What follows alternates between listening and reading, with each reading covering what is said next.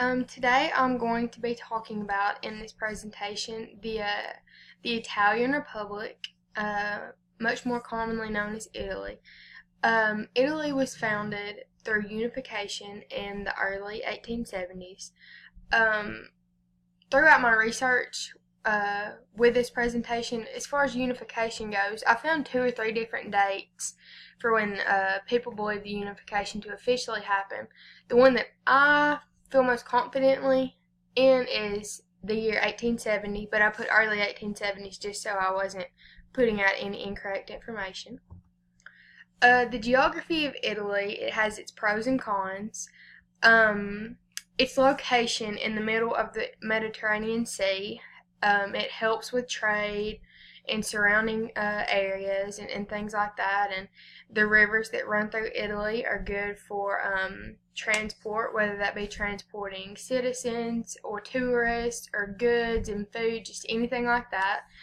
That's always a good thing to have, water transportation. And one really negative thing about Italy is the Italian peninsula is so narrow and so small that really doesn't leave a lot of land. So, lack of land means lack of farming and lack of agricultural development, and that could, in extreme cases, result in shortages in food and things of that nature. Some important political events in Italian history. The French Revolution was from 1792 to 1800, and the way that it affected Italians were getting kind of sick of being let down by their leaders. There was promises, that weren't kept about certain things involving the government, and when they saw the French kind of revolting against their government, that kind of inspired them to, be like, hey, we don't agree with what's going on here either. So, the Italian part of the French Revolution was fought in northern Italy between the French Revolutionary Army and a coalition of Austria, Russia, Piedmont, Sardinia, and some more Italian states.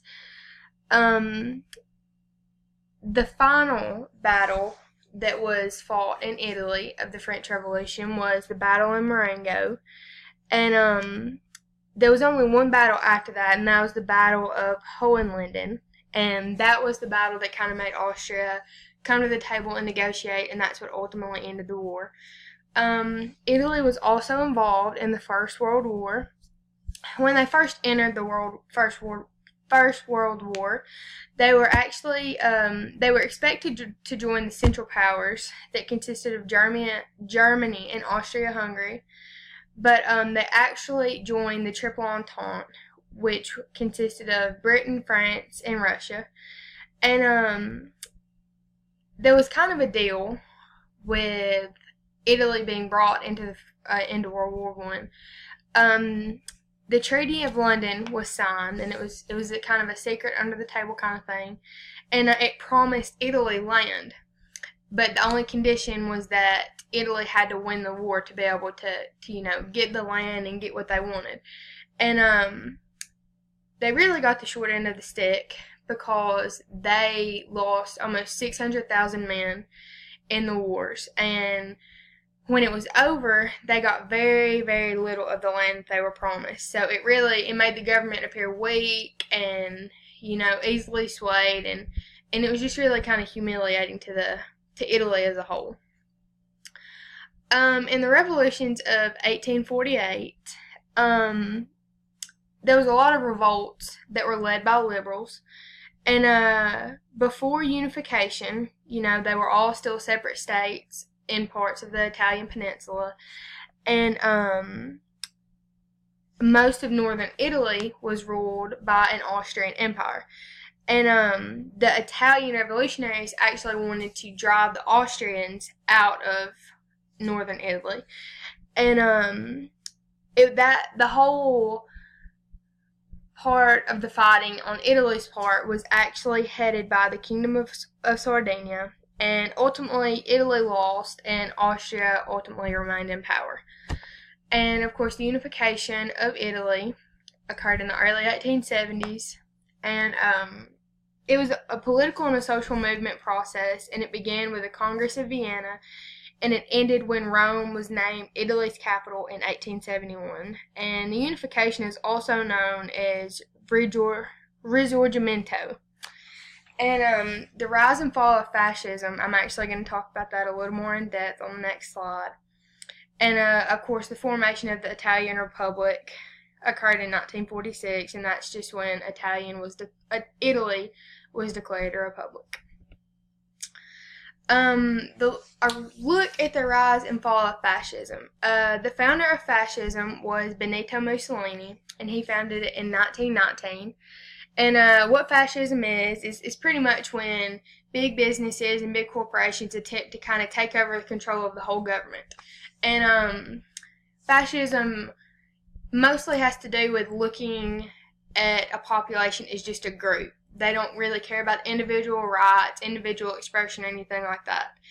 And it really took off in Italy a lot faster than I personally would have thought it was. When you just hear fascism, that doesn't sound really enticing to me or anything like that. But people really fell for this fascism thing, and there was a lot of followers of Benito Mussolini, and Mussolini actually came to power as Italy's youngest prime minister in 1922 and was in power for 11 years. And the fall of fascism came in 1943 when a vote of no confidence in Italy cost Mussolini his power. And what a vote of no confidence is pretty much they just saw him as unfit to be a leader anymore. And so he lost his power, and the way the government was ran was changed. Here we have a slide on Italian law.